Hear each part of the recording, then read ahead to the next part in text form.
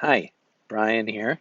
I was driving along looking for a nice background, some kind of scenery that would inspire a quick meditation at the end of today, at the end of Friday, March 20th, first day of spring. Um, and as I was driving, I saw this and I thought it was perfect. Low tide. Look at that gorgeous mud. The first day of spring for the rest of the world. And for Maine, we celebrate the important season of mud season. Um, I wanted to say a quick word about low tide and about rhythms of life. We know that our rhythm of life has been shaken off its balance this week. We know that students are studying from home.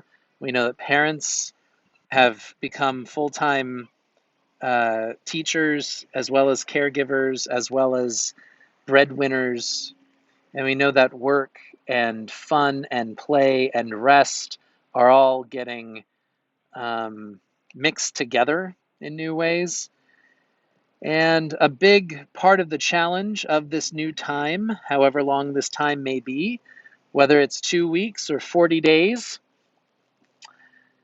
a big part of the work is trying to figure out how are we going to structure our time as individuals? How do we structure time together, even though we can't be physically together? And so I think it's important to keep in mind that the tide comes in and goes out every day. Thanks to daylight savings time, it's not quite dusk as it would have been a couple weeks ago, but the sun rises and sets every day. There are natural rhythms, and it may sound weird, but I think this may be a time that it's more important than ever to respect those natural rhythms.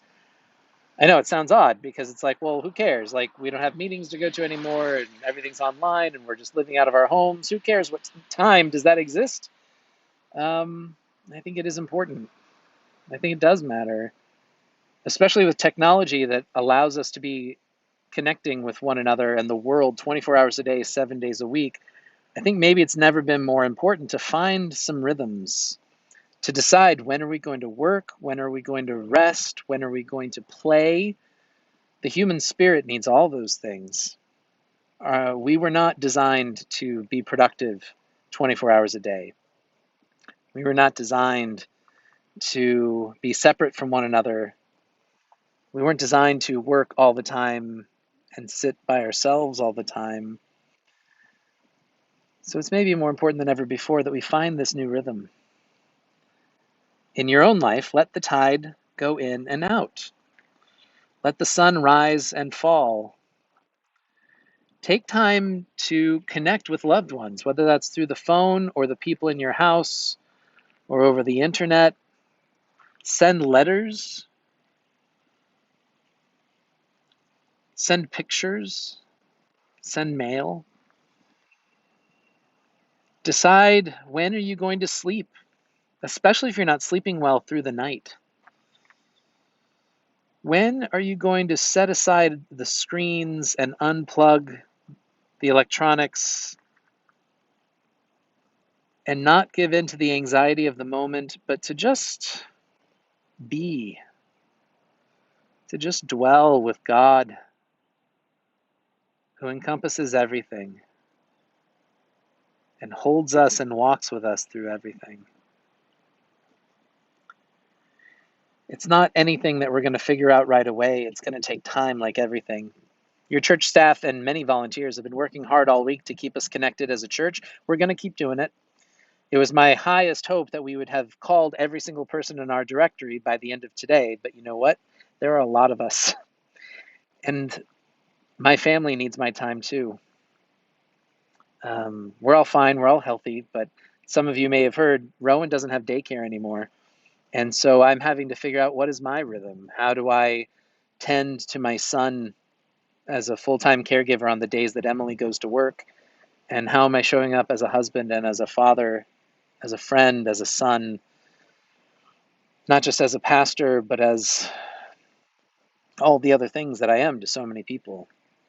And how do I find time to remind myself who I am and who I feel called to be? So things are going slower than I had anticipated. And I'm also surprised by my own sense of like, we got to do this. We got to do this now. Things are happening. Things are happening. I have to start taking time for myself to trust that God is ultimately in control, to remember that God commands us to keep Sabbath time, sacred time, to keep that separate from all the other time, so we can remember we were put on this earth not to work, not to constantly study, not to be productive. We were put on this earth to live and to love and to serve one another. So I trust that you know how to reach us. You know how to reach out when you need. Call the church phone, call my cell phone. It's on 24 hours a day.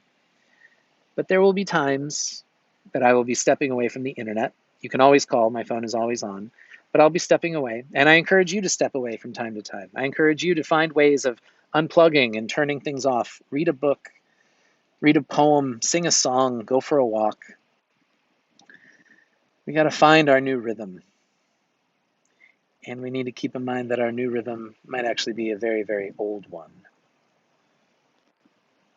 Low tide. The tide goes in and the tide goes out. The birds sing, the sun shines, the clouds drift. Please take time for you to do all the things that God calls you to do, starting with caring for yourself and loving yourself as God loves you. Thinking of you all, holding you all in prayer at the start of this Sabbath day. Take the night off, friends.